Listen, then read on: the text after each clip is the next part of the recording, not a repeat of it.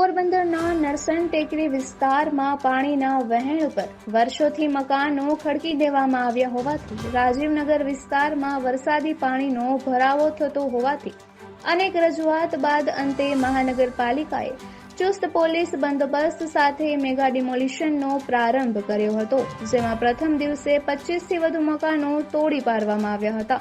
જોકે ડિમોલિશન કામગીરીમાં ભેદભાવ થતો હોવાના વધુ એક વખત સ્થાનિકો દ્વારા આક્ષેપ થયા છે.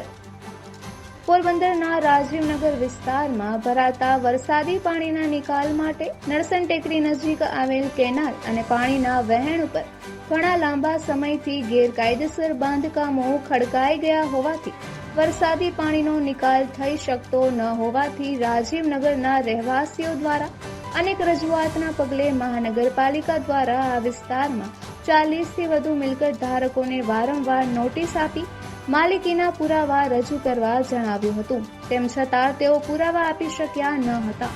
આથી તમામને આખરી નોટિસ આપવામાં આવી હતી. ત્યારબાદ શનિવારથી મેગા ડિમોલિશનની કામગીરી હાથ ધરવામાં આવી હતી, જેમાં પ્રથમ દિવસે 25થી વધુ પાકા મકાનો તોડી પાડવામાં આવ્યા હતા.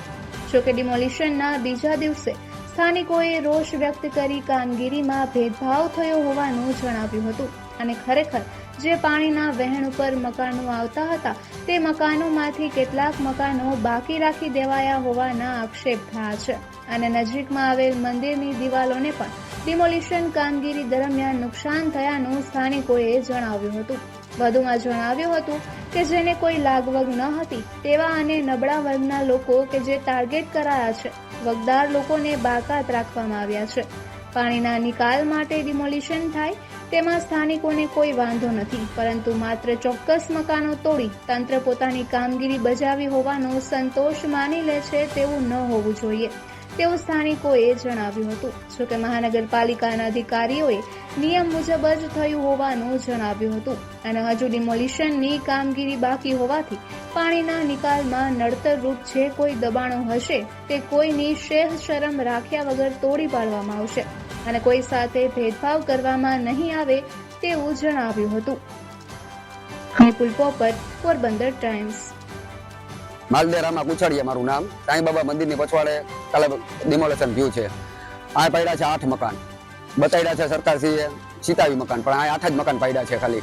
બરોબર, આસ્થાનું ઘર મંદિરનું ઓલું હતું, એના રૂમમાં જેસીબી નું ઓલું મારીને પછી કઈ કે અમને ખબર નથી. આ 8 જ મકાન પડ્યા છે. ખરેખરમાં પબ્લિકને ખબર જ નથી કે 8 જ મકાનનું ડિમોલેશન થયું છે. બરોબર, કોઈ જાતના પાણીના વેણમાં નડતા આડેધડ મકાનો લીધેલા છે. લાઈનમાં મકાનો નથી પાડેલા. એક સાઈડ થી ઓલું મકાન લીધું, એક સાઈડ થી આ મકાન લીધું છે. બરાબર, જેની આગળ પાછળ કોઈ નતા એવા લોકોના મકાન આ લોકોએ લીધેલા છે. બરોબર, અમારી યારે હાવ અન્યાય જ થયો છે. કોઈ જાતનું અમને કઈ એવું જણાવ્યું નતું કે રાતોરાત અમને એમ કીધું ખાલી કરી નાખો. કેટલા મકાન હતા નોટિસમાં? નોટિસમાં તો જાજા મકાનો આવતા હતા, પણ 8 જ મકાન પાડીને ગયા છે ને આ બતાડે છે જાજા મકાનો. બરોબર, મકાનનું ખરેખરમાં 8 જ પડ્યા છે.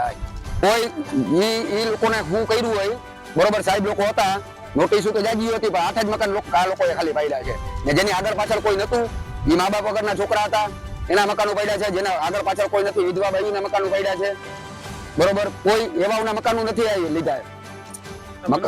મંદિર હજી હતું, મંદિરના ખૂણામાં ડિમોલેશન કર્યું એ લોકોએ, ને પછી એમ કીધું આ દાદાનું મંદિર ડિમોલેશન કરવાનું કહી ગયા.